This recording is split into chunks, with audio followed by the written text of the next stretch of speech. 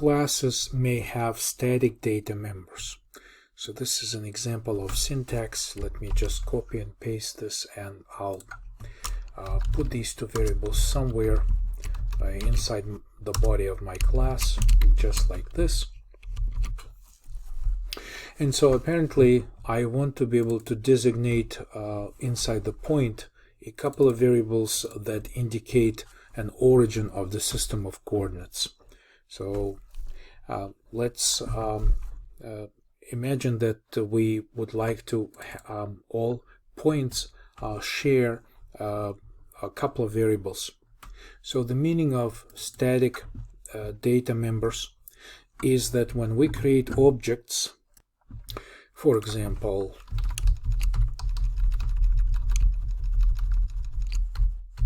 we create not just one point but a few instances like this, number 2, number 3, number 4, for example.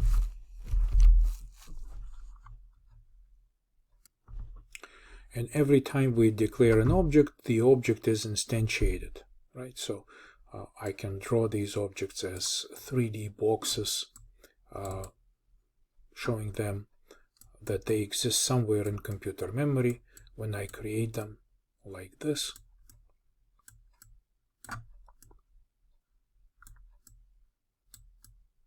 And like this. So now this is the name of this object, and so forth.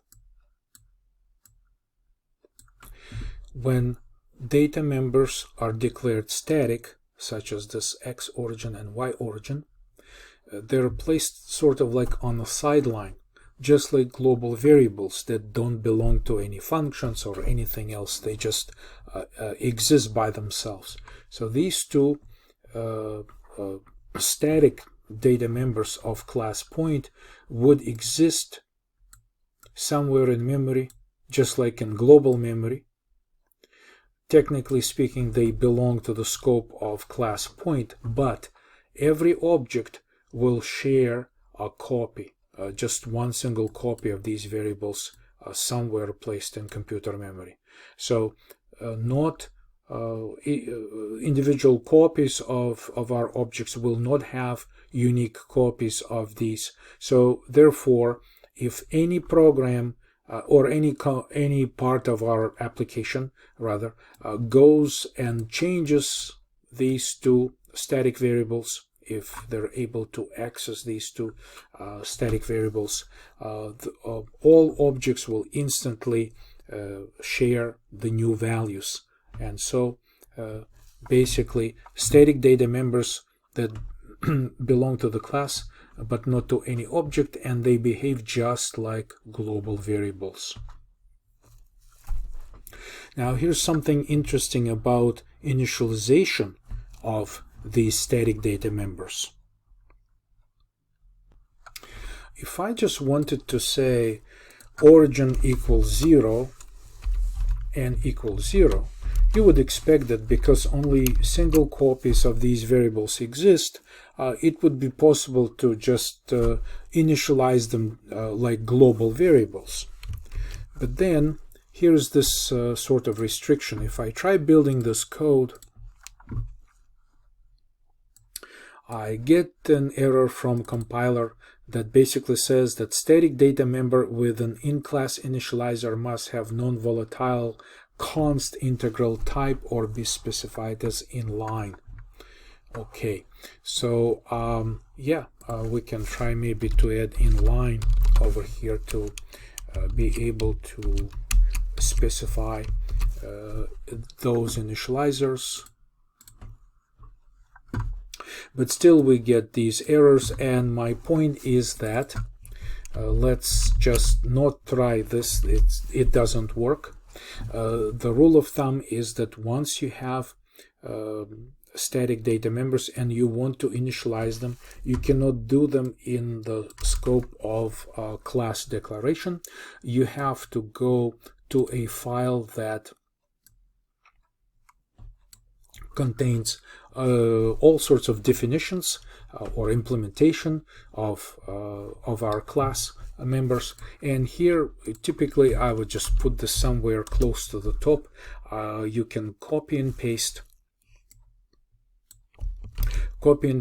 these two variable declarations. Of course, we need to prefix everything by using the point scope of our class, and now we can start initializing these things.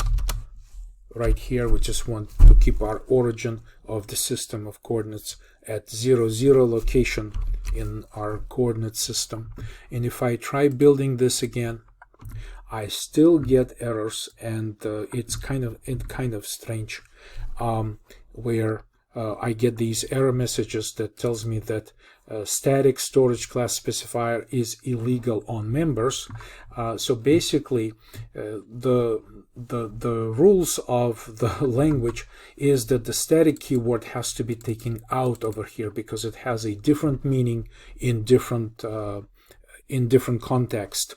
So let's so typically if you want to keep this, you can actually create this kind of comment and keep them commented out instead of just removing them, just to remind the reader that these are static data members. Or you can get rid of them altogether, right? So you have these choices.